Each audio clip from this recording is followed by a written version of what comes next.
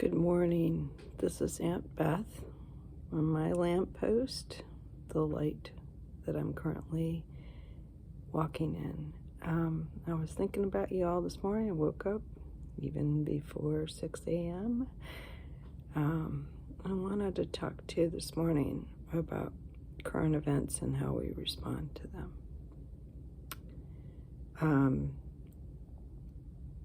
So isn't it nice to know I was thinking of you? Hopefully, I believe that this is a word from the Lord to encourage you. And if I forget to mention, hit the subscribe button so if something else crosses my mind, I can get this out to you. Current events and how we respond. We know from the book of Revelation, chapter 6, verse 7 specifically, that 25% of the world dies in war in the end game. Now, whether this conflict with Israel is the beginning of the end game or not, we do not know. Okay. We don't know if the United States is going to be sidelined or neutralized by a cyber attack, a direct attack. It's a possibility, obviously, and I don't know anything. I'm just saying strategically that would make sense.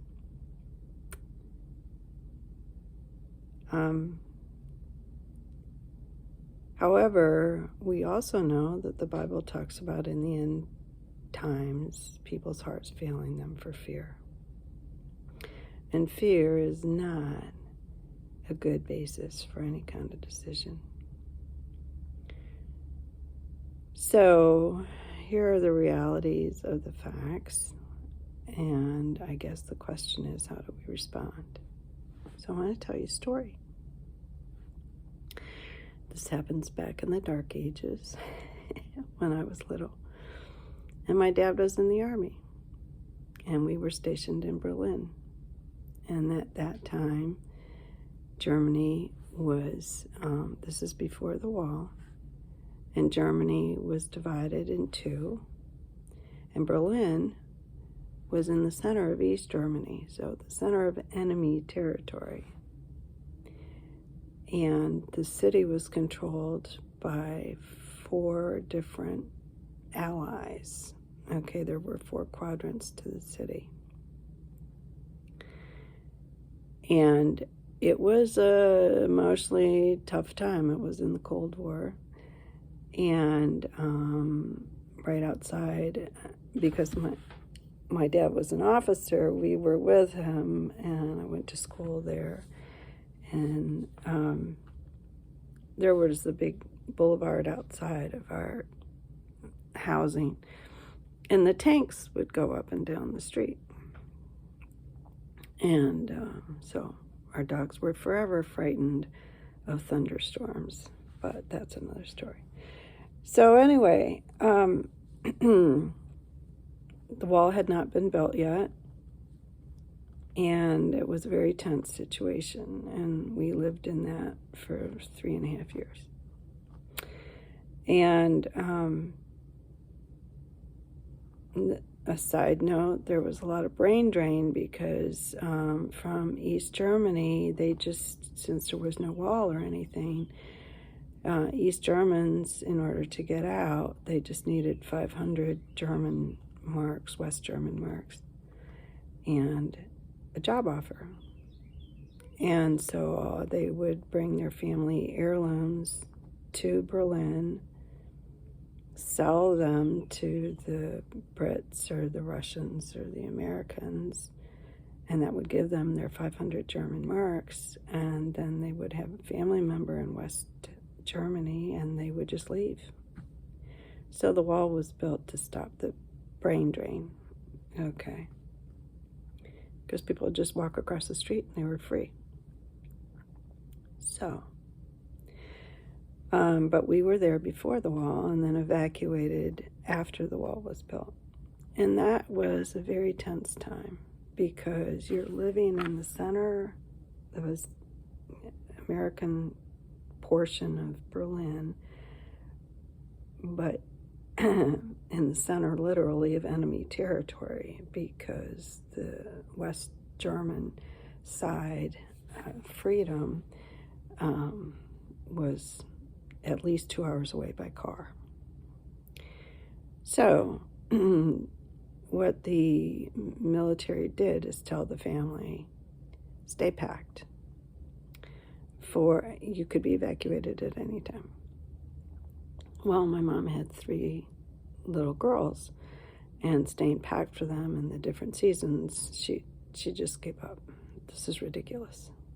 So she packed 1 bag full of chocolate and cigarettes and figured she would barter her way across town to the airport and to safety. Okay, I want you to note the parallels here. She had American citizenship. So, although that didn't necessarily guarantee her safety transitioning to the airport, we were safe if we could make it to the airport. Okay. And we all had dog tags. I don't know what happened to my dog tags. Anyway, I want you to think about the spiritual parallels, and I also want you to think about the practical parallels in all of this. Okay, remember that we're talking about war. First of all, citizenship. There's a material world and there's an eternal world, which we sometimes call the spirit realm, the spiritual world. And your citizenship in the natural, material world is a blessing, but the real one is, where is your eternal citizenship? Where are you navigating to? What's your safety? Okay, this is God's sandbox. And at the end of our lives, it's His rules. Okay? You can either accept citizenship and play by His rules now, or, eternity is a very long time. End of comment about that.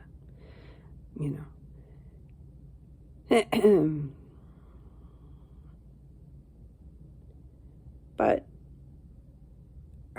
our American citizenship guaranteed us a modicum of safety in those days. Didn't make us a target, guaranteed us a little bit of safety. But we had an end game. Okay? And the same is true of your eternal citizenship. Navigating to the end point of this material life is not a sure thing. But if you have citizenship, it makes the path a lot easier, and you can rest secured. So, end of comment about that. But practical steps for living in the times that we live in. And fear is a terrible, terrible way to live your life.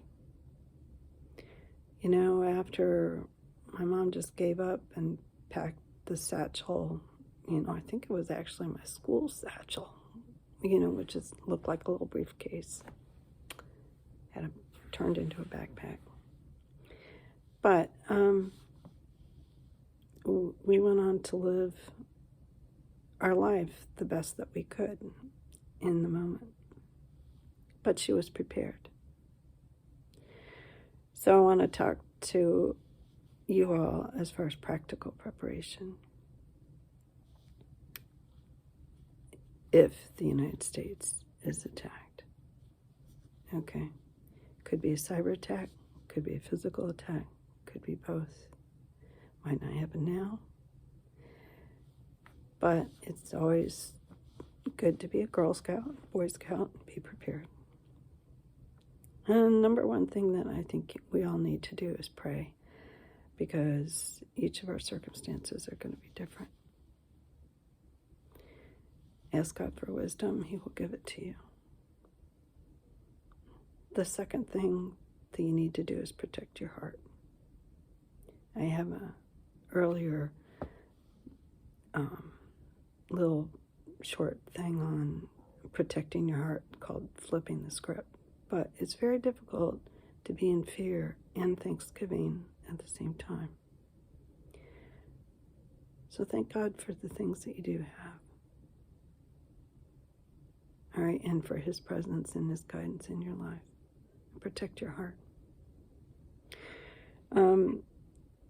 The third thing I think you need to consider is what disaster planning. Okay, water, food, a first aid kit, and hygiene. What? Don't plan if the grid is attacked. If I don't know anything, there's not going to be any water.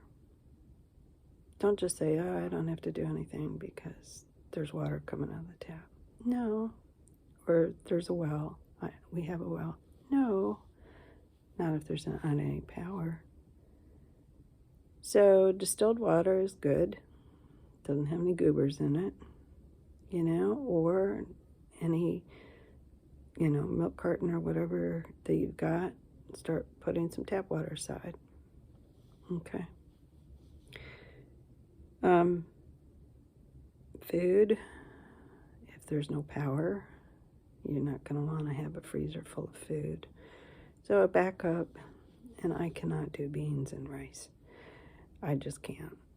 So I have peanut butter and oatmeal. Shelf stable. Okay.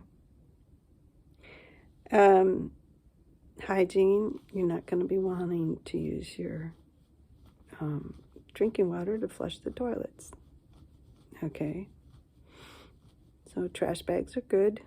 You can line the toilet with them, figure out what to do later, or you can collect, I had those buckets from like Home Depot or Lowe's, you can have your trash water in there, just trash water to flush your toilet. First aid, resources are going to be down. You're going to want to minimize what you need. And I don't mean this to be doom and gloom, but being prepared will help with peace of mind. And cash. A lot of my friends, they don't carry cash. But having some emergency cash at home might be a really good thing.